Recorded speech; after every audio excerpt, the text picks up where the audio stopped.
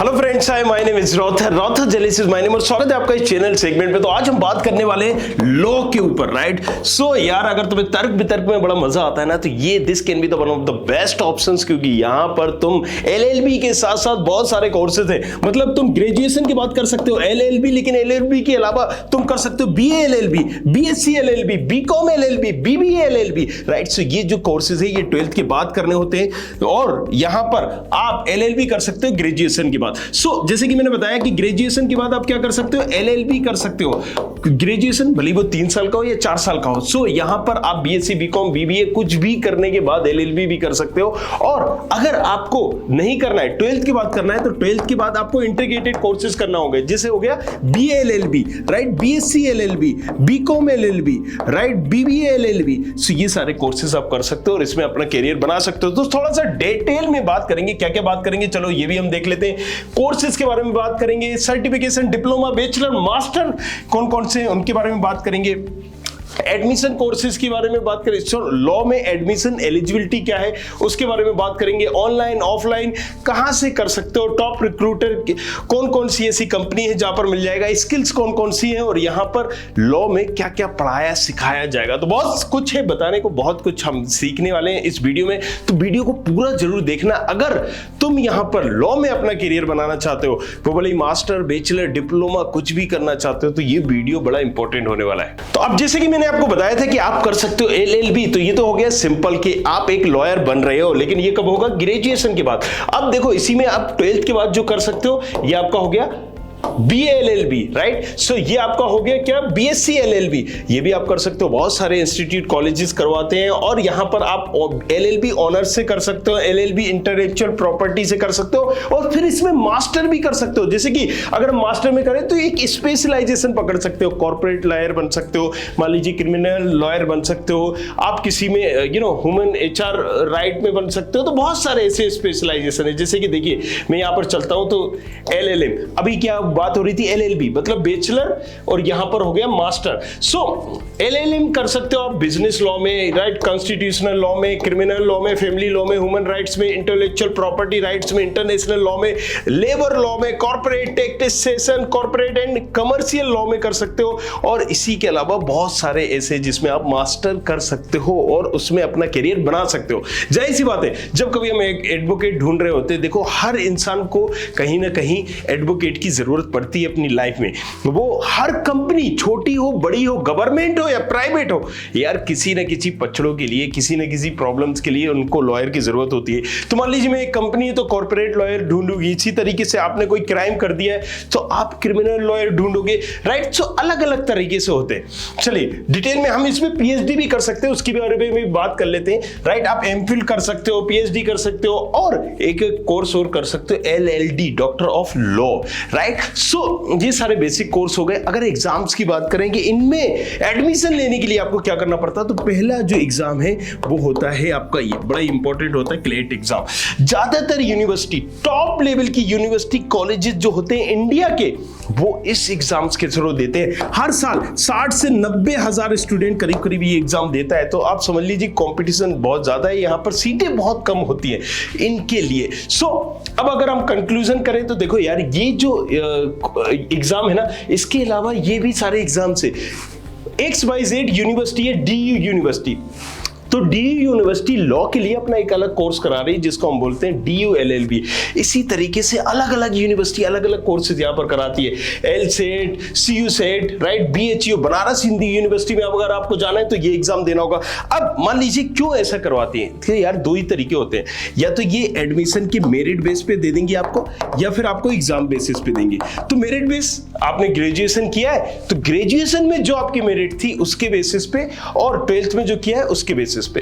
तो एक सिंपल सा पॉइंट बताओ कि भाई अगर तुम्हें एडमिशन चाहिए तो एरे गेरे नथु गेरे किसी कॉलेज से अगर करना होगा तो भाई 12th में 50% है ना तुम्हारा, तो भी एडमिशन मिल जाएगा। ग्रेजुएशन में 50% है तो भी एडमिशन मिल जाएगा।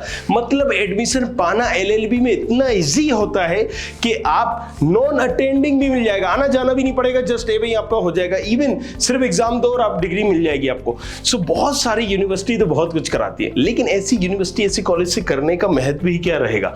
इसीलिए एलएलबी की एलिजिबिलिटी तो सिंपल है, लेकिन अगर टॉप लेवल में आपको करना है, टॉप कॉलेजेस में चाहिए। अगर आप इसका एग्जाम दोगे तो ये भी बड़ा टफ होता है अपने आप में, और इसके बाद आप एक नामी गिरामी इंस्टीट्यूट से आप कर सकते हो। वो कौन कौन से इंस्टीट्यूट है उसकी भी हम बात करेंगे। सो ये सारे एग्जाम है। अगर आप पर्टिकुलर किसी यूनिवर्सिटी और कॉलेजेस को टारगेट कर रहे होते हो, जैसे आप इलाहाबाद यूनिवर्सिटी में जा रहे हो तो आपको एलएटी देना होता है, यहाँ पर एपी लॉ सेट आप दे सकते हो, दुर्गापुर यूनिवर्सिटी एंट्रेंस एग्जाम दे सकते हो।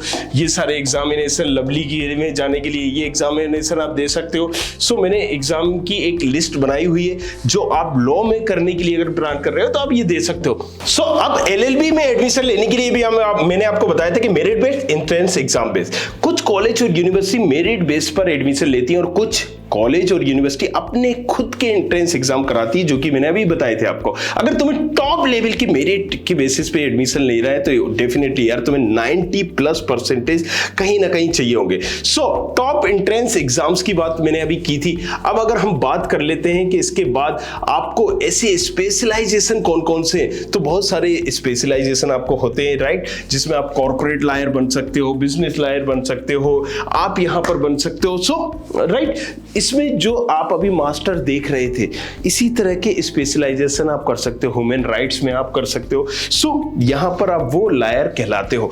थोड़ा सा और इसको डिटेल में समझते हैं।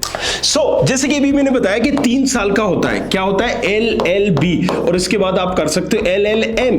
लेकिन जरा इसको डिटेल में समझते हैं कि अगर मुझे 12th के बाद करना है, क्योंकि LLB आप कब कर सकते हो, 3 साल का, ये ग्रेजुएशन के बाद। अगर मुझे 12th के बाद करना है तो मैं क्या करूंगा, BA LLB करूंगा, राइट, या फिर BCom LLB कर लूंगा, या फिर मैं कर लूंगा BSc LLB कर लूंगा, या फिर मैं कर लूंगा यहाँ पर BBA LLB कर लूंगा, राइट। सो ये सारे 12th के बाद आप कर सकते हो, 12th के बाद। और इसको करने के बाद फिर आप इसमें मास्टर भी कर सकते हो, या XYZ PhD लेवल तक, जहां तक भी आप जाना चाहो वो आप कर सकते हो और अपना करियर बना सकते हैं।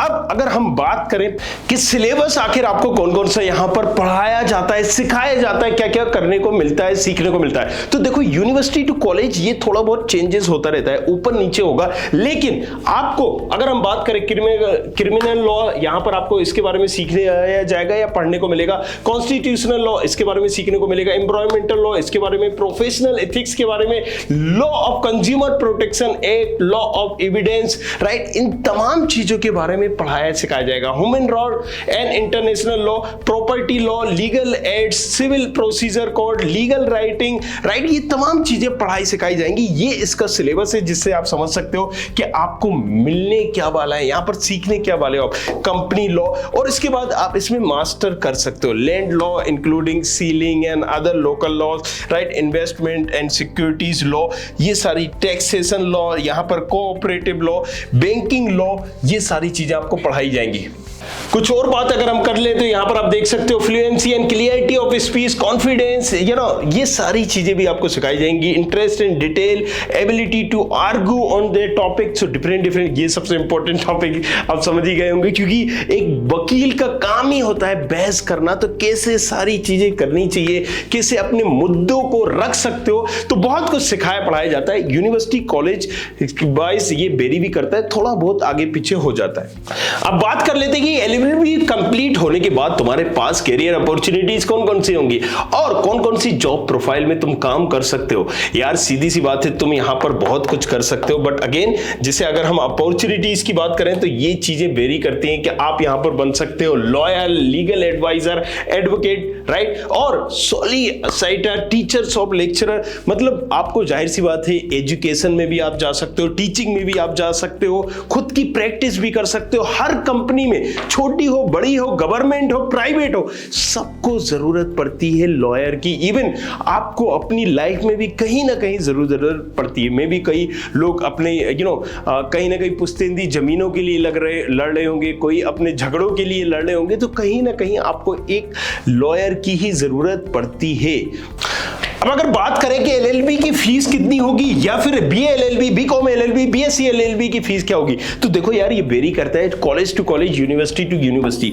कई जगह सिर्फ आपको मात्र 10,000 रुपए में आपका एलएलबी हो जाएगा, राइट, इवन इससे भी कम। कई गवर्नमेंट कॉलेजेस में भी इवन फीस बहुत कम होती है, और कई यूनिवर्सिटी ऐसी हैं जस्ट आप 5-10 हजार रुपए दीजिए, आपको नॉन अटेंडिंग भी कर देंगे। तो बहुत मतलब यहां पर आपको समझना होगा कि college to college, university to university ये चीजें वेरी करती हैं, और कई यूनिवर्सिटी में यहाँ पर फीस 2-2, 3-3, 4-4 लाख भी होती है, लाखों में होती है। जैसी यूनिवर्सिटी, जिस कॉलेज को आप यहाँ पर कर रहे हो, जिस भी कॉलेज में एडमिशन लेना चाह रहे हो, उस कॉलेज की फीस वेरी करेगी कि वो आपको एग्जैक्टली दे क्या रही है।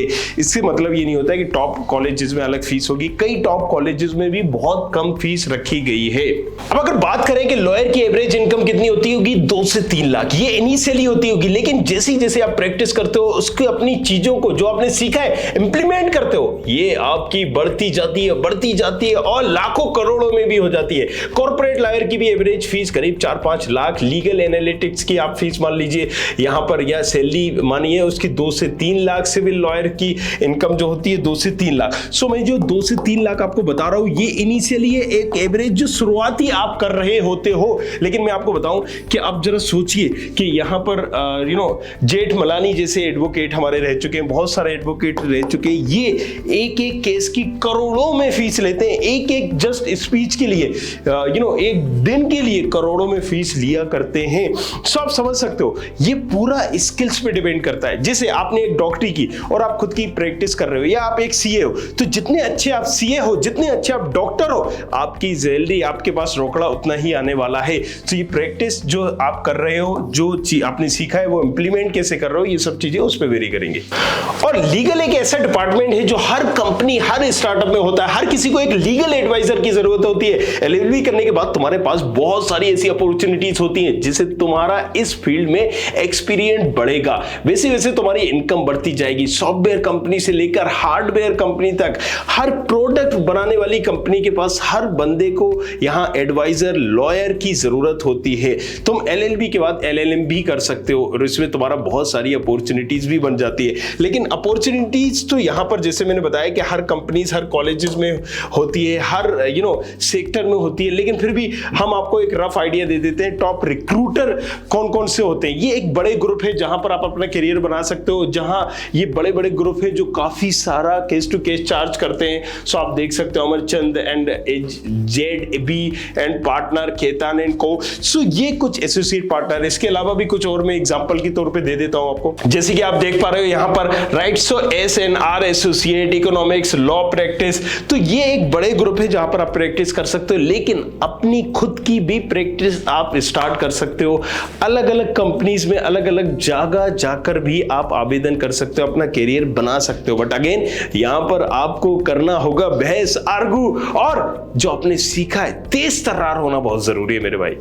अब अगर बात कर लेते हैं कि ऐसी टॉप यूनिवर्सिटी कॉलेजेस कौन कौन से हैं, तो उनकी भी अगर हम बात करते हैं तो campus law centre Delhi university, department of law Punjab university, faculty of law Allahabad university, faculty of law Banaras Hindu university, national law university, या राइट इंडिया का मतलब गवर्नमेंट कॉलेज है और बहुत ही टॉप में आता है, नंबर 1, नंबर 2, नंबर 3, अलग अलग इसकी सीक्वेंस चेंज होती रहती है। और इसी तरह से जैसे गवर्नमेंट ऑफ लॉ आपने देखा, गवर्नमेंट लॉ यूनिवर्सिटी दिल्ली हो गया, इसी तरह से भोपाल हो गया, फिर स्टेट वाइज चेंज होता जाता है। तो ये कुछ टॉप लेवल के कॉलेजेस है, सीक्वेंस वाइज नहीं है, लेकिन एक रफ आइडिया देने के लिए। सिम्बायोसिस लॉ स्कूल काफी चलता है, प्राइवेट में मतलब लाखों में फीस तो होती है, लेकिन बहुत सारे नामी ग्रामी लोग यहां से निकले।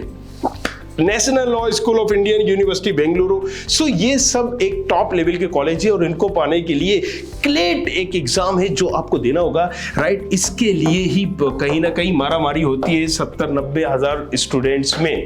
तो मैं जाते जाते इतना ही कहूंगा कि यार ये मैटर नहीं करता कि तुम कौन से कॉलेज से कौन सा कोर्स कर रहे हो, बल्कि ये मैटर करता है कि तुम्हारी स्किल्स क्या है, तुमने जो पढ़ा है, जो सीखा है, जो प्रैक्टिकल किया है, उसको तुम अपनी लाइफ में इंप्लीमेंट कैसे कर पा रहे हो और कितना कर पा रहे हो। तो बस अब इसी के साथ इस वीडियो को एंड करते हैं और आई होप आपको सारी चीजें पता चली होंगी। लेकिन कुछ और अगर LLB के बारे में जानना है तो रोथर जेलिस के नाम से इंस्टाग्राम आईडी है, ROTHAR रोथर। सो जाओ जल्दी से फॉलो करो इसको और पूछो अपना सवाल, जो भी तुम पूछना चाहते हो तुम्हें मिलेगा हर सवाल का जवाब। सो आई होप यहां पर वीडियो तो थोड़ा सा बड़ा हो गया है, लेकिन आपको समझाना भी जरूरी था। नेक्स्ट उसमें हम मुद्दों पर बात करेंगे, पॉइंट टू पॉइंट बात करेंगे, लेकिन यहां पर आपको समझाना बहुत जरूरी था, बताना बहुत जरूरी था। और अब जो आएंगे एक एक पॉइंट को एलिब्रेट करेंगे, तो सब्सक्राइब करना तो बनता ही है। अब मिलते हैं नेक्स्ट वीडियो में, मैं भी थक चुका हूं, जाता हूं, bye bye, take care, see you. I hope you like this video. For more such videos, keep watching our channel and do not forget to like, share and subscribe.